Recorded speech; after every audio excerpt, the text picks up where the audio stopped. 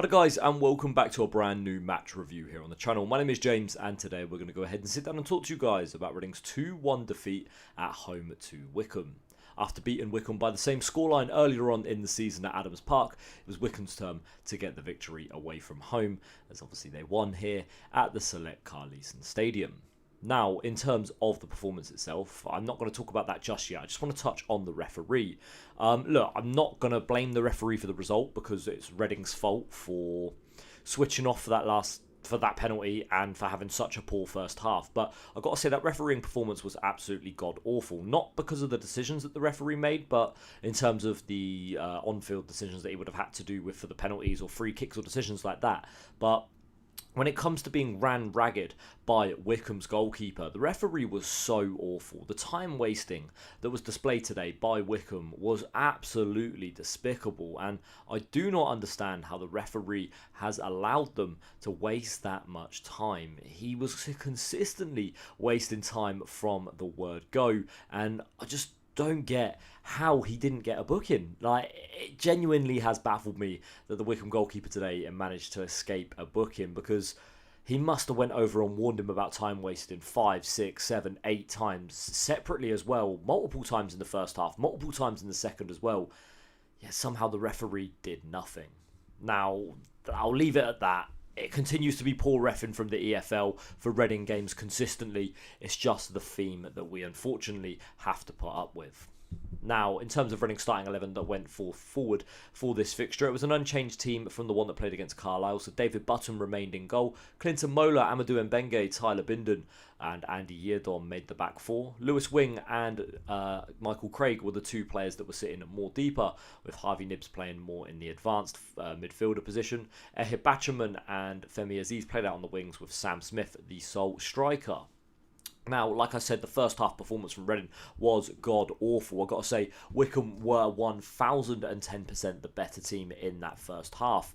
Reading were just really, really poor. And for me, the thing that mostly showed that was that Reading just could not string two passes together.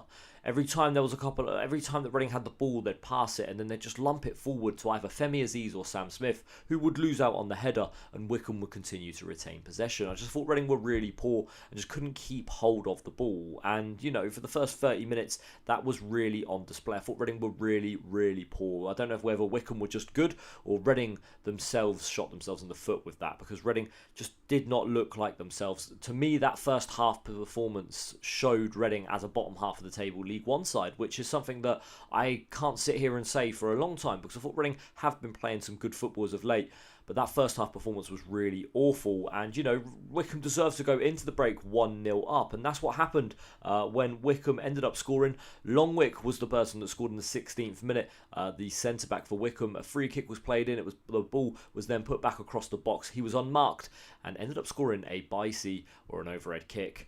And, yeah, I haven't actually seen the goal back, but it was a good goal either way. I can't sit here and say, Reading didn't deserve to concede, blah, blah, blah, and all this, because, well, they did, and it was a good finish, if we're being completely honest.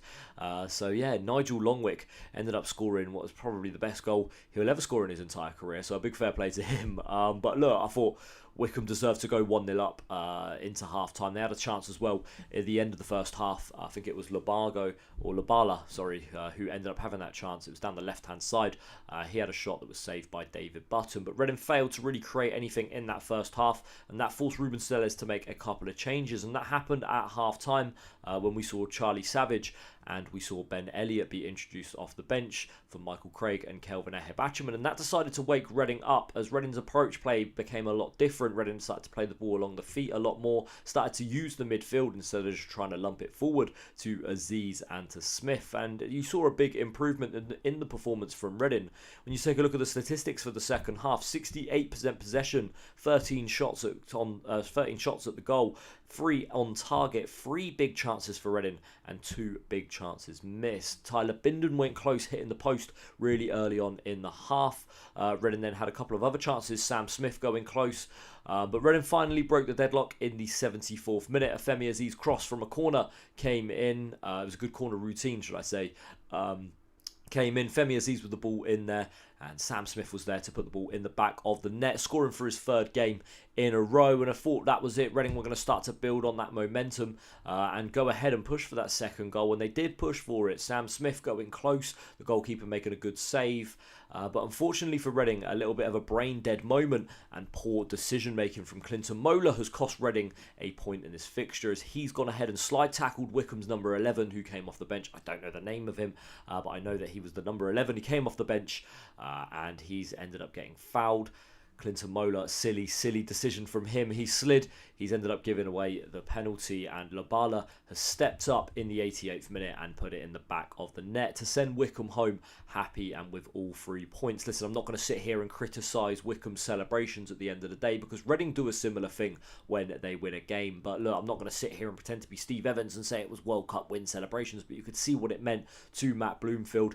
Ran straight over to the fans. Listen, that's the passion that you want to see from a manager. I'd love to see that from Ruben Sellers, and we do see that from Ruben Sellers. We see the cheers from the players. We see everything like that. So listen, I'm not going to sit here and criticise the celebrations at the full-time whistle, but look, it's really disappointing for Reading to come away without a point in this game, especially with that second half performance where we were really all over Wycombe. I mean, just one shot from Wycombe on target in that second half, and that was the penalty. Before the penalty, or excluding the penalty, should I say, a 0.01 expected goals in that half. So you could just see really how well Reading were playing, just couldn't finish their dinner.